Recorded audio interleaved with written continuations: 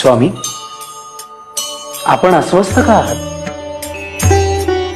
बाळ्या, काळजी वाटते रे आमच्या भक्तांची. का? काय झालं स्वामी? अजून काही झालेलं नाही आणि काही होऊ नये असंच वाटतं. बाळ्या, दुःख माणसाला कमकुवत बनवतं. दुःख माणसाच्या मनाला पोखरून टाकतं.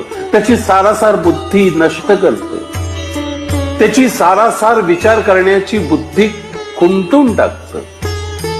खर तर दुःख अंगावर कोसळलं ना तर माणूस परमेश्वराच्या अधिक जवळ जायला हवा.